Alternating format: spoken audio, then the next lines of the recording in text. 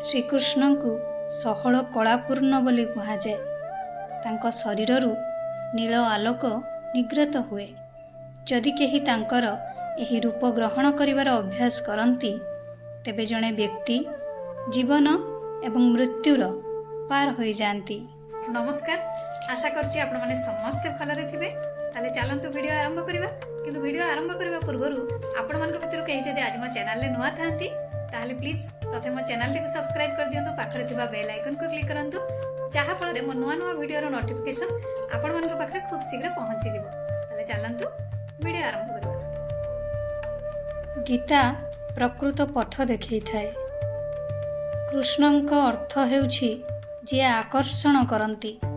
ସେଥିପାଇଁ ସମଗ୍ର ସୃଷ୍ଟି କୃଷ୍ଣଙ୍କ ପ୍ରତି ଆକର୍ଷିତ ହୁଏ। ସୃଷ୍ଟିର ସମସ୍ତ ରୂପ କୃଷ୍ଣଙ୍କ ମଧ୍ୟରେ ସମାହିତ, କାରଣ କୃଷ୍ଣ ହେଉଛନ୍ତି ଷୋଳକଳା ସହିତ ସମ୍ପନ୍ନ ପୂର୍ଣ୍ଣ ପୁରୁଷ। ସେ ଜୀବ ଏବଂ ଈଶ୍ୱର ଉଭୟ ରୂପରେ ଆମ ସହିତ ଅଛନ୍ତି। ଏହା ଅନୁଭବ ହେବା ମାତ୍ରେ ଜଣେ ଜାଣିବା ଆରମ୍ଭ କରେ ଯେ ସମଗ୍ର ସୃଷ୍ଟି ହେଉଛି କୃଷ୍ଣମୟ। କୃଷ୍ଣଙ୍କ ନାମର ଅର୍ଥ ହେଉଛି ଚୈତନ୍ୟ। କୃଷ୍ଣଙ୍କ ଅର୍ଥ ହେଉଛି ଯିଏ ଆକର୍ଷଣ କରନ୍ତି। କୃଷ୍ଣଙ୍କ ଅର୍ଥ ହେଉଛି ଯାହାଙ୍କ ପାଖରେ ଚୁମ୍ବକୀୟ ଶକ୍ତି ଅଛି। ଯିଏ ଥରେ ପ୍ରିୟ ମନମୋହନ ଶ୍ରୀକୃଷ୍ଣଙ୍କୁ ଦେଖେ, ସେ ତାଙ୍କର ହୋଇଯାଆନ୍ତି। ତାପରେ ସେ କେବେ ତାଙ୍କୁ ଛାଡ଼ିପାରିବେ ନାହିଁ। ସମଗ୍ର ବ୍ରହ୍ମାଣ୍ଡ ହେଉଛି କୃଷ୍ଣ। ଅର୍ଥ ବେଦାନ୍ତ କହେ ଯେ ବ୍ରହ୍ମା ଏହି ବ୍ରହ୍ମାଣ୍ଡର ଅବିଚ୍ଛେଦ୍ୟ ଉପକରଣ ଏବଂ ଭୌତିକ କାରଣ। ଯେପରି ମାଟି ଏକ ପାତ୍ରର ଭୌତିକ କାରଣ। ଉପକରଣର ଅର୍ଥ ହେଉଛି ପାତ୍ର ତିଆରି କରିବା ପାଇଁ ବ୍ୟବହୃତ ଉପକରଣ, କୁମ୍ଭାର, ଚକ୍ର, କାଠି ଇତ୍ୟାଦି। ମାଟି ହେଉଛି ପାତ୍ରର ଭୌତିକ କାରଣ ଏବଂ ଉପକରଣ କାରଣ। ସେହିପରି ଈଶ୍ୱର ଏହି ବ୍ରହ୍ମାଣ୍ଡର ଭୌତିକ ଏବଂ ଉପକରଣ କାରଣ। ଏହି ସମଗ୍ର ବ୍ରହ୍ମାଣ୍ଡ ତାଙ୍କଠାରୁ ଏବଂ ତାଙ୍କର। ସେ ହିଁ ଗୋଲାପରେ ହସନ୍ତି, ପତ୍ରରେ ସବୁଜିମା ତାଙ୍କର, ଆକାଶରେ ନୀଳତା ତାଙ୍କର, ସମୁଦ୍ରର ଗଭୀରତା ତାଙ୍କର, ମିଠାରେ ମିଠା ତାଙ୍କର, ପୃଥିବୀରେ ଉର୍ବରତା ମଧ୍ୟ ତାଙ୍କର। ସେଥିପାଇଁ ଶ୍ରୀକୃଷ୍ଣଙ୍କୁ ପୂଜା କରି ଜଗତକୁ ମଧ୍ୟ ପୂଜା କରାଯାଏ, କିମ୍ବା ଏହା କୁହାଯାଇପାରେ ଯେ ଜଗତକୁ ପୂଜା କରି ଶ୍ରୀକୃଷ୍ଣଙ୍କୁ ପୂଜା କରାଯାଉଛି। ଏବେ ପ୍ରଶ୍ନ ଉଠେ ଯେ ଯେତେବେଳେ ଶ୍ରୀକୃଷ୍ଣ ଭୌତିକ ଏବଂ ଉପକରଣ ଉଭୟ, ତେବେ ସେ କେବଳ ଗୋଟିଏ ରୂପରେ ଏତେ ସୁନ୍ଦର କିପରି ହେଲେ? ଅନ୍ୟ ସମସ୍ତ ରୂପ ଏତେ ସୁନ୍ଦର କାହିଁକି ନୁହନ୍ତି? ସୂର୍ଯ୍ୟ କିରଣ ସବୁଠି ସମାନ ଆଲୋକ ପ୍ରଦାନ କରେ, କିନ୍ତୁ ଯେତେବେଳେ ସମାନ ସୂର୍ଯ୍ୟ କିରଣ ଏକ ବର୍ଦ୍ଧକ ଗ୍ଲାସ୍ ମଧ୍ୟ ଦେଇ ଯାଏ, ସେତେବେଳେ ଏହା ନିଆଁ ଲଗାଇ ଦିଏ। ସୂର୍ଯ୍ୟଙ୍କ କିରଣ ସିଧାସଳଖ ଶରୀର ଉପରେ ପଡ଼ି ନିଆଁ ଲଗାଇ ଦିଏ ନାହିଁ, କିନ୍ତୁ ଯେତେବେଳେ ସେହି ବ୍ରହ୍ମ ଚୈତନ୍ୟ ମାୟାର ବିଶେଷ ସତ୍ତ୍ୱ ଗୁଣରୁ ଉତ୍ପନ୍ନ ହୁଏ ଏବଂ ଯେତେବେଳେ ଏହା ମାନବ ରୂପରେ ଆସେ, ସେତେବେଳେ ଏହା ଏକ ବର୍ଦ୍ଧକ ଗ୍ଲାସ୍ ପରି କାର୍ଯ୍ୟ କରେ। ସମସ୍ତ ସୌନ୍ଦର୍ଯ୍ୟ, କୋମଳତା, ବୁଦ୍ଧି, ବିଳାସ, ନୃତ୍ୟ, ଗୀତ, ଖେଳ, ଦୁଷ୍ଟାମି, ଭ୍ରାତୃଭାବ, ପ୍ରେମ, ଗୁରୁତ୍ୱାକର୍ଷଣ, ମାଲିକାନା, ବନ୍ଧୁତା ଏଥିରେ ଆସେ। ସମସ୍ତ ଗୁଣ ଏକ ବିଶେଷ ଉପାୟରେ ଏଥିରେ ଆସେ। ସମସ୍ତ ଗୁଣ ଦ୍ୱିଗୁଣିତ ହୋଇ ସୁନ୍ଦର ଭାବରେ ଦେଖାଯାଏ। ଆମେ ଶ୍ରୀକୃଷ୍ଣଙ୍କୁ କହିଥାଉ ଯିଏ ଷୋହଳ କଳା ପୂର୍ଣ୍ଣ ପ୍ରାପ୍ତ କରିଛନ୍ତି। ତାଙ୍କ ଆଖି ପଦ୍ମର ପାଖୁଡ଼ା ପରି, ତାଙ୍କ ସମଗ୍ର ଶରୀରରୁ ନୀଳ ଆଲୋକ ନିଗ୍ରତ ହେଉଥିବା ପରି ମନେ ହୁଏ। ଯିଏ ଅନେକ ସାଧନା ଏବଂ ଧାରଣା ମାଧ୍ୟମରେ ନିଜର ଇନ୍ଦ୍ରିୟକୁ ଉଚ୍ଚ ସ୍ତରକୁ ନେଇଯାଇଛନ୍ତି, ସେ ତାଙ୍କ ଆଖି ମାଧ୍ୟମରେ ଏହି ଶକ୍ତିକୁ ଦେଖିପାରିବେ।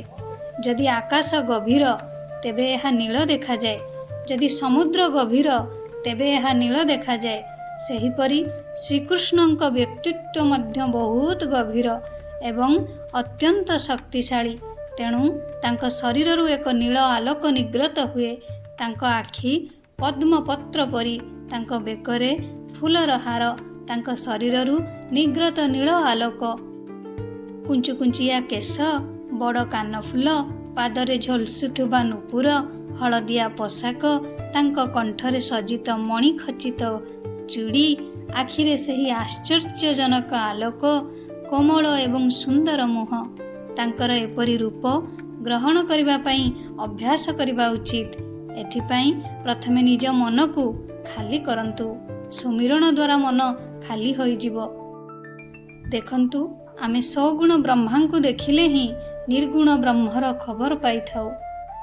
ଗୀତା ପଥ ଦେଖାଏ। ଯଦି ତୁମେ ଶ୍ରୀକୃଷ୍ଣଙ୍କ ଜୀବନର ମୌଳିକ ଜ୍ଞାନ ପାଇବାକୁ ଚାହୁଁଛ, ତେବେ ତୁମକୁ ଶ୍ରୀମଦ୍ ଭାଗବତ ଅଧ୍ୟୟନ କରିବା ଉଚିତ। ଶ୍ରୀକୃଷ୍ଣଙ୍କ ଦ୍ୱାରା ପ୍ରଦତ୍ତ ଜ୍ଞାନ ଏବଂ ପରାମର୍ଶ ପାଇବାକୁ ହେଲେ ତୁମକୁ ଭଗବତ ଗୀତା ପଢ଼ିବାକୁ ପଡ଼ିବ। ଅର୍ଜୁନଙ୍କ ଆସକ୍ତି ଏବଂ ଦୁଃଖ କେବଳ ସେତେବେଳେ ଶେଷ ହୋଇଥିଲା ଯେତେବେଳେ ସେ ଭଗବାନଙ୍କ ମୁଖରୁ ଗୀତାର ଉପଦେଶ ଶୁଣିଥିଲେ। ଏହା ହେଉଛି ଜ୍ଞାନର ମହିମା। ସେହି ଅବ୍ୟକ୍ତ ଅକ୍ଷର ବ୍ରହ୍ମକୁ ପ୍ରାପ୍ତ କରି ଜୀବ ପରମ ମୋକ୍ଷ ପ୍ରାପ୍ତ କରେ। ଏହି ପରମ ମୋକ୍ଷ ପ୍ରାପ୍ତ କରିବା ପରେ ମଣିଷ ଜନ୍ମ ଏବଂ ମୃତ୍ୟୁ ଚକ୍ରକୁ ଫେରିଯାଏ ନାହିଁ। ଥରେ ସେ ଜ୍ଞାନୀ ହୋଇଗଲେ ସେ ଆଉ କେବେ ଅଜ୍ଞ ହୋଇପାରନ୍ତି ନାହିଁ। ଥରେ ସେ ଜ୍ଞାନର ସମର୍ପିତ ହୋଇଗଲେ ତାପରେ ସେ ସମାପ୍ତ ହୁଏ। ଯିଏ ନିଜର ପରମ ଧାମ ପ୍ରାପ୍ତ କରେ ସେ ଆଉ ଏକ ଦରିଦ୍ର ଏବଂ ଅଜ୍ଞ ହୁଏ ନାହିଁ। ଏହି ଅଦ୍ୱୈତ ବେଦାନ୍ତ ଜ୍ଞାନର ଗଭୀର ଶିକ୍ଷା ଗୀତା ଦ୍ୱାରା ଦିଆଯାଇଛି। ଏହାର ପ୍ରତ୍ୟେକ ଶ୍ଲୋକ ମନର ଅନ୍ଧକାରକୁ ଦୂର କରି ଜ୍ଞାନର ଆଲୋକ ଆଣିଥାଏ। ଯଦି ତୁମେ ଏହି ପୂର୍ଣ୍ଣ ବ୍ରହ୍ମକୁ ବୁଝିପାରୁନାହଁ, ତେବେ ଠିକ୍ ଅଛି। ତେବେ ତୁମେ ବେଦାନ୍ତରୁ ଦୂରେଇ ଯାଇ ନିଜକୁ ଭକ୍ତିରେ ବୁଡ଼ାଇ ଦେବା ଉଚିତ। ଭକ୍ତି କରିବା ପାଇଁ କିଛି ଆଧାର ଆବଶ୍ୟକ ନାହିଁ। ଏହି ଆଧାର ହେଉଛି ମନରେ ପ୍ରେମ, ସତ୍ୱ ଗୁଣ, ଅହିଂସା, କ୍ଷମା, ଦୟା, ମନରେ ବନ୍ଧୁତାକୁ ପୋଷଣ କରିବା। ସୁନ୍ଦର ମନ ସହିତ ପ୍ରଭୁଙ୍କର ଧ୍ୟାନ କର। ତୁମର ମନକୁ ସୁନ୍ଦର କର ଏବଂ ସୁନ୍ଦର ପ୍ରଭୁଙ୍କର ଧ୍ୟାନ କର। ଯଦି ତୁମେ ଶ୍ରୀକୃଷ୍ଣଙ୍କ ସ୍ୱରୂପକୁ ବୁଝିପାରୁନାହଁ, ତେବେ ତାଙ୍କର ସ୍ୱରୂପକୁ ତୁମ ମନରେ ଆଣ। ଯଦି ତୁମେ ତାଙ୍କର ସ୍ୱରୂପକୁ ବୁଝିପାରୁନାହଁ, ତେବେ ତାଙ୍କର ସେବା କର। ମନକୁ ମଇଳା ହେବାକୁ ଦିଅ ନାହିଁ। ମନକୁ ସୁନ୍ଦର, ପବିତ୍ର ରଖ। ମନ ସର୍ବଦା ଧ୍ୟାନ କରି ରହିବା ଉଚିତ। ପ୍ରେମର ରଙ୍ଗ ଧୀରେ ଧୀରେ ପ୍ରୟୋଗ ହେବ। ପାଣିରୁ ଏକ ତରଙ୍ଗ ଉଠି ପାଣିରେ ଅଦୃଶ୍ୟ ହୋଇଯାଏ। ଏହାର ଉଦୟ ଏବଂ ଅଦୃଶ୍ୟକୁ କ'ଣ ଜନ୍ମ ଏବଂ ମୃତ୍ୟୁ କୁହାଯାଇପାରେ? ସବୁଠି କେବଳ ଗୋଟିଏ ଜଳ ଉପସ୍ଥିତ। ଏଥିରେ କୌଣସି ଶ୍ରୀକୃଷ୍ଣଙ୍କ ସ୍ୱରୂପରୁ ଭଲ ପାଅ ଏବଂ ଶ୍ରୀକୃଷ୍ଣଙ୍କ ସ୍ୱରୂପକୁ ଜାଣ। ଦୁଇଟି ମଧ୍ୟରୁ ବାଛ ନାହିଁ, ଉଭୟରେ ମିଶିଯାଅ। ଯଦି ତୁମେ ଏକ ଜୀବ, ତେବେ ତୁମକୁ ଈଶ୍ୱରଙ୍କୁ ପୂଜା କରିବାକୁ ପଡ଼ିବ। ଏଠାରେ ତୁମର ଜୀବ ବିଷୟରେ ସଚେତନ ହୁଅ ଏବଂ ସେଠାରେ ତୁମର ଦିବ୍ୟତା ବିଷୟରେ ସଚେତନ ହୁଅ। ଉଭୟଙ୍କ ମଧ୍ୟରେ ଉପସ୍ଥିତ ଚେତନା ସମାନ।